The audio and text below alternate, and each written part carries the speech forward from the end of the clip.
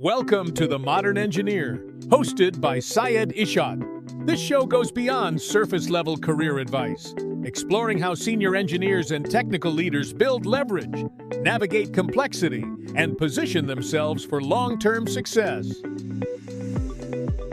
Welcome to The Modern Engineer. I'm Syed Ishad. Who am I here with today? Hi, I'm Vincent Ceyssens. I am the founder and president of Porter Security Programming. I'm an electrical engineer by background, Georgia Tech. Have done some research for the National Lab, taught STEM classes and IT directorship for K through 12 environment, and ran operations for a small but national security integrator before I started Porter Security Programming. Very nice. Very cool. Very cool. What are you primarily responsible for today? Sure. So basically everything. So when you, for those listeners who are not entrepreneurs or business owners, founders, like yourself, Syed, right? You're responsible for a small subset of the company responsibilities, right? So Right. you said you're a project manager for an automation company. Is that right? Yes, that's correct. Yeah. So pretty cool. I'd love to hear more about that at some point if there's an opportunity within this space for that. But basically, when you're a business owner, all those things that people in a large organization don't ever see become your responsibility. Things I didn't really realize when I started. Some I did, some I didn't. But cash flow, budgeting, having an accounting software, marketing,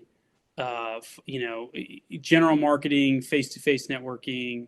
And that's just the stuff that you have to do. SEO optimization, like these marketing buzzwords, right? Some of that's fun, some of it's not. And that's before you actually do the stuff that you can bill for. So billable work. So I'm responsible for everything.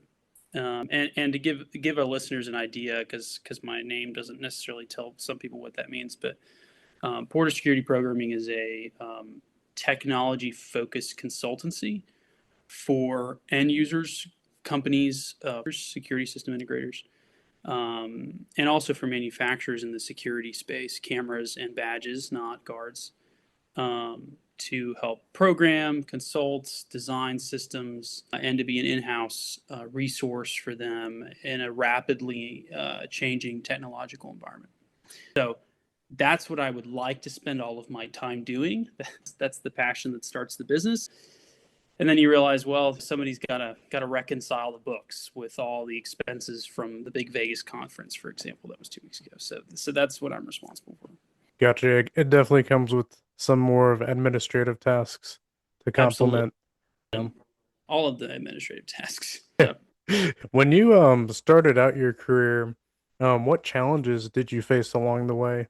Sure. So when I first started, I'm more of a people person than I think some engineers are. I'm definitely an engineer, right? Don't get me wrong, but and I started at the DOE at Savannah River National Lab, which I loved. Of all the jobs I could have picked when I started, I got the one that I really think was best suited to me in terms of research and development engineering, which is awesome. And did lots of really cool things with them, including the research that got me the patent. I just found out about that today, actually. I had forgotten all about it and then researched it today and found out that it had been awarded. But so like large power wow. I was like, well, I can just Google it. I don't have to call anybody from the lab. I'll just look it up and see if it's there, and voila, there it is. Anyway, so like large power transformer research, protection research, electric field imaging, Z-pinch fusion stuff, a little bit of work on ITER. But some of the challenges I faced there was that, in that environment, although those are kind of fun and rewarding projects, it was very solo work. And I'm not really a solo work guy. I can do it. I did it for 2.5 years, but it doesn't fire me up the way that working with people does. And the irony of that is I just started my own business. That's just me. But there's some outlets for that in my business. I won't dive into, at least not for the moment. But so the challenge I faced there was realizing that I was in a position that didn't totally fit with me as a person. right? And I think there's a lot of career professionals, especially when you first start your first job, where you don't, some people like me didn't exactly know what I wanted to do, what my exact niche was, what fit my personality and skill set best, right? Skill set was fine. Personality is just a little different. And so that was the challenge. And then as my career kind of progressed, you run into other challenges, right? So when I'm, STEM K through 12, your challenges are, how do I get students to want to learn, right? Different challenge. Plenty of people involvement, right? So now we're using totally different skill set, right? Still using some of the engineering brain because doing calculus and statistics and AP Chem, but and then on the IT directorship side is how do you coach non tech savvy people how to use technology that for you is easy to do. Same challenge with students. Being an electrical engineer, math isn't super difficult for me, but for some kids it's like impossible. How do you have the right empathy to kind of coach kids along again and again and again? And ultimately I did my best. Ultimately I realized teaching wasn't for me because I had the empathy, but some people teaching it's a passion and you see it in them. They go forever and they'll fight for their students. And I just didn't have that same passion. So anyway, and then, in the integration side, it's the challenge is like, how do you manage without like killing yourself? How do you manage a national organization where you get service calls at 1 a.m. or somebody calls you at noon and says, we have to fix all of the service tickets by the end of the day tomorrow. And the service tickets are all several states away and nobody's on site. So Yeah. other totally different challenges. So, I've hit a bunch of them. Everybody's career looks different. Everybody runs into different challenges. I think the key is you don't get discouraged when you run into them. Just keep, do your best to be professional, do your best to keep going, keep working, and recognize that the only thing you ultimately have, you have control over a lot of things, but one thing you have control over that a lot of us don't realize is we have control over our own reaction, right? So how do I react? And ultimately that can be very career defining, is recognizing that I'm in charge of my own reaction. Nobody else can make me feel something. So claiming that ownership and then pushing forward. That's a good one. I really like that. Claiming your own reaction. It's how you react to certain things. If it affects you that much, that's your reaction. If it doesn't, then you've gone past it. Yep. No, for sure. It's and I don't claim that as my own. Highly recommend 7 Habits for Highly Successful People as an excellent read for professionals, and it helps you to really claim that, and also to realize who you really want to be, both professionally and personally. It uses this analogy of like recognizing that it's using a computer science example.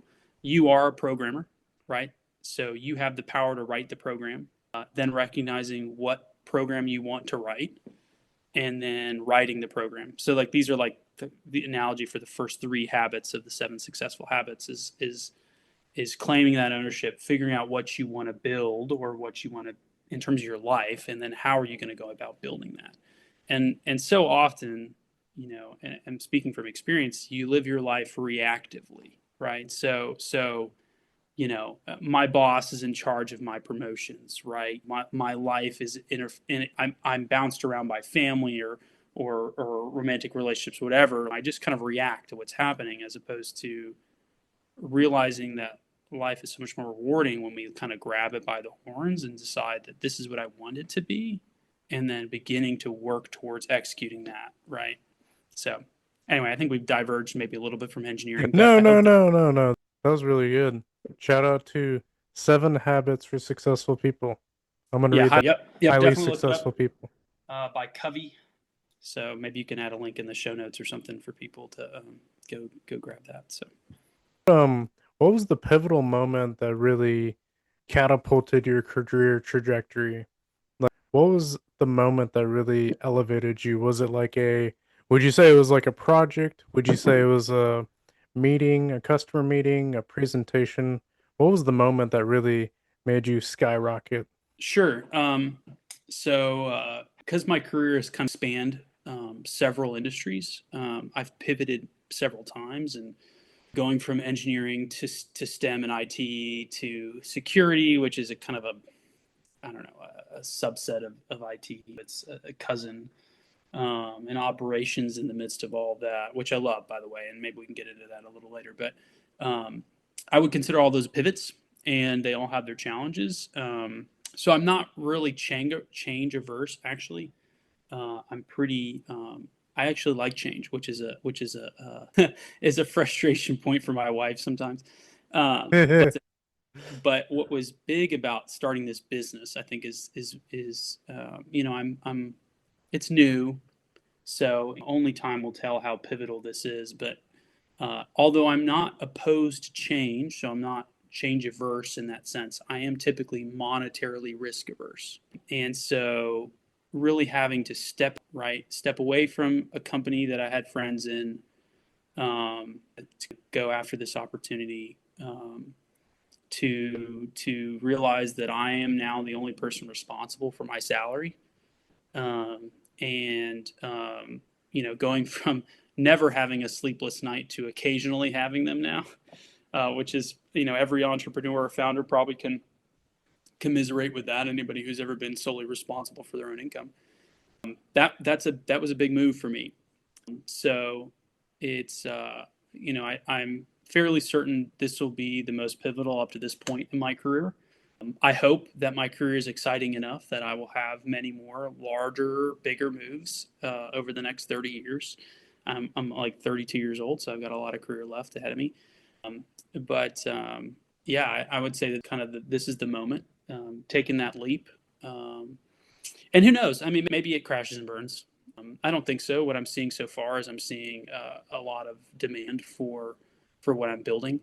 But you know, I think that you know, for other entrepreneurs out there who listen to this, you know, there are opportunities, and then sometimes they just don't work out, and so that's okay.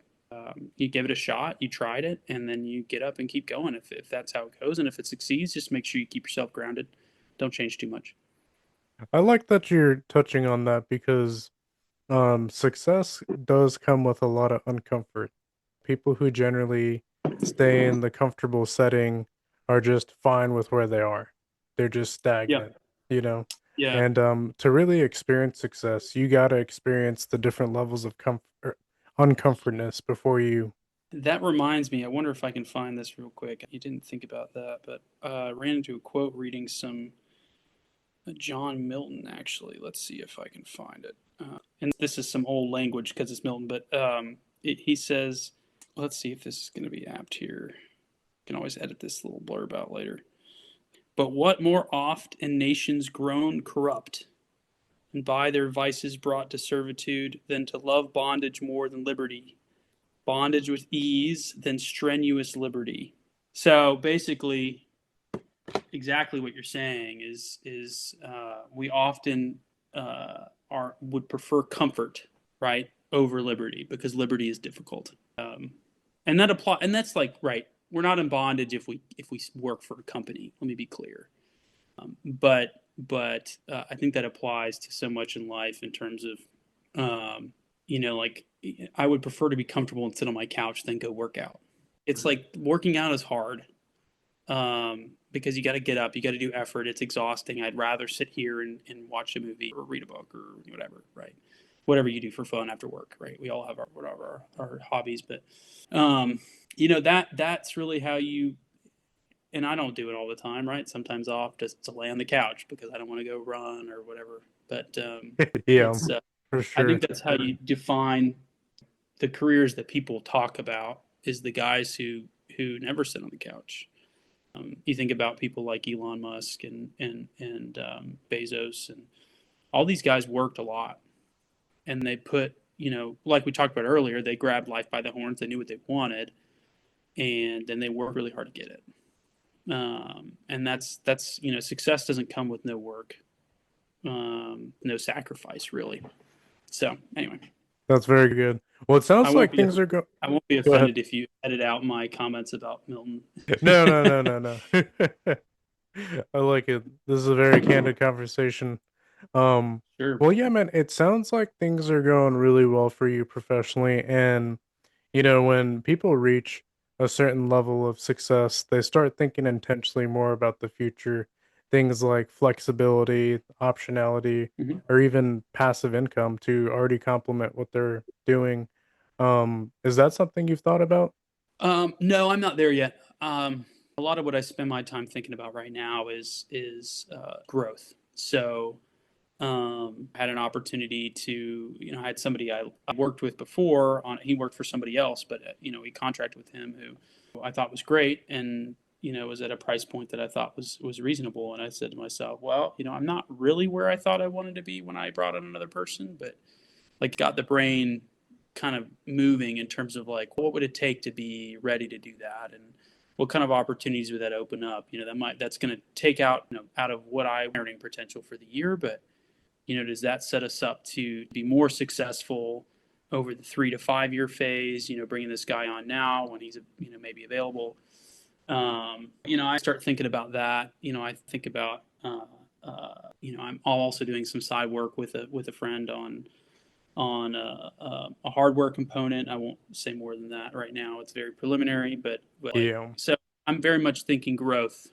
To focus, my brain has always been very is not the right word, multificated. I don't think that's an actual word, but you get the idea, right? I'm always thinking about ideas Yeah. like what can we do with this, what can we do with that, and I'm trying to narrow that focus, apply all of my mental and physical energy to 1 to 2 ideas, my goals, prioritizing those, trying to make sure we move those forward, and something successful off the ground, right? Who knows? Maybe in the future it gets successful enough, and border security programming is my life for the next 35 years. However, most founders, if they're still doing it in their 60s, they do it until they die. Pretty much, they just step out of the main operations and they consult. But 5 years from now, I sell it.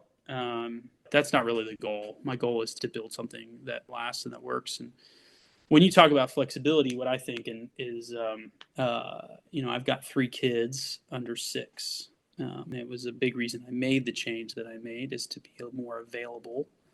Irony being, Absolutely. able to start a company, you're very busy, but I've actually been very fortunate to be able to have a much easier work-life balance. I don't travel really at all, at least not right now and where the company is.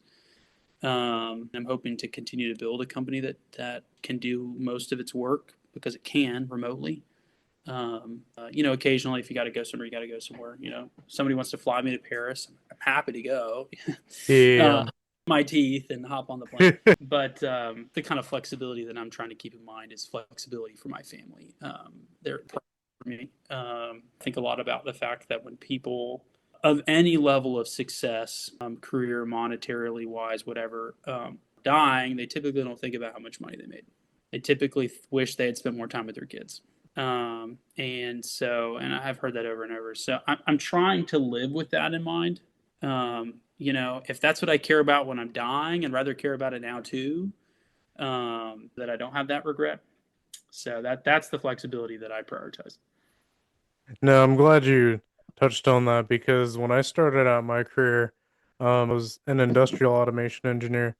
Dude, I was traveling like a truck driver. I was going from job site to job site, programming these machines, a lot of overtime, but no time to spend money. So, like, I missed out on birthdays, weddings, baby showers, a bunch of friends' events, and you can't really buy back time. So, I'm glad you touched on the with family. No, you can't get it back. Time's the only thing you earn more of. So, yeah. Awesome, man. If someone listening is earlier in their career, but on a similar path as you, what is something you wish you knew sooner? Yeah. So, networking. So I think is amazing, especially if you like people. And in order to be a good networker, you have to be a little, don't be timid. And people need to like you, and you need to like people, and you have to be genuinely interested in them. Um, but if you have all those things, networking isn't like a selfish, I'm just in this to get things out of it for me kind of, right. It's genuinely interested in you. I want to learn things from you, and let's get together and maybe we can help each other out, right? And so one of my favorite things, and this is why, when I brought up earlier the irony of starting my own career, but it's actually been, starting my own company, being solo, but it's been fine, is networking is one of my favorite things about my job. Unfortunately, I don't get paid to network.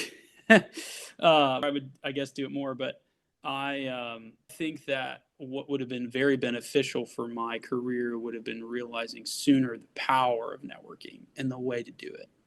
And so what I would tell to anybody who's an early career professional, I would say, listen, if you're in a company of the size where you don't regularly, if you're at a small company with like 10 people, you regularly interface with most everybody. But even for those people, I would say if you're at the bottom, talk to the guy at the top, because you can have that interaction. If you're in a slightly larger company where maybe you can't jump that many levels, talking to your boss's boss or your boss's boss's boss, and just like pick their brain, or somebody in another department, right? So maybe your boss doesn't feel threatened, but Yeah. if you're worried your boss is going to feel threatened, I would at least let them know that you're going to reach out to their boss's boss or whatever. Just be like, hey, I'm just curious with, what he's doing. I'd like to learn more. So at least, he's aware, but situations different. So to be smart about it. When I was working for the National Lab, it's like, I totally probably could have pinged the director of the National Laboratory and just been like, hey, I'd love to learn more about what your job looks like. What do you do every day, right? Because I'm all the way over here. I'm an engineer, right? But there's all kinds of people and there's all kinds of things that you got to do to make sure the lab runs that I don't see any of, and I'd love to learn more about that. Most people are very receptive to that, right? It's like, hey, I just want to learn more about what you do. I want to learn more about you. And you keep the conversation there. And inevitably they'll ask about you, and that's fine. And it's just important to make sure that you go in with some preconceived notion of what you're trying to get out of this person, especially if you're trying to sell something, like you're an entrepreneur. It's good to go in if you have goals, right? So you go into a meeting and say, yeah, hoping this guy will connect me with this person, right? It's good. That's fine. It's just always being cognizant to say, listen, bring this up in a natural moment or whatever. Don't bring it up right away. Make sure that you have a genuine interest in what they're presenting and who they are, and learning more about them. And people are fine with that. Everybody likes to talk about themselves and what they do. That would be my piece of advice for early career professionals. I'm barely not an early career professional. I'm only 32. I would say I'm an early mid-career professional. But for that first 5 to 7 years or whatever, do more of that. Not only will you learn a lot yourself for internal improvement, I think it'll do wonders for your career. People will know who you are in your company, and these come out of that all the time. You don't expect. So in that sense, it's worth it. Just beyond the internal improvement. Absolutely. Those are some golden nuggets right there. Thanks. Good advice. Good tip. Well, Vincent, I really appreciate you sharing your perspective today. Vincent Ceyssens, everyone, with Porter Security Programming. Thanks for listening to The Modern Engineer. I'll see you in the next episode. Thanks, I appreciate it. Thanks for listening to this episode of The Modern Engineer with Syed Ishad. If this episode resonated, make sure to subscribe and share it with others. And if you bring a unique perspective on leverage and long-term positioning, you can learn more about being considered for the show in the links below.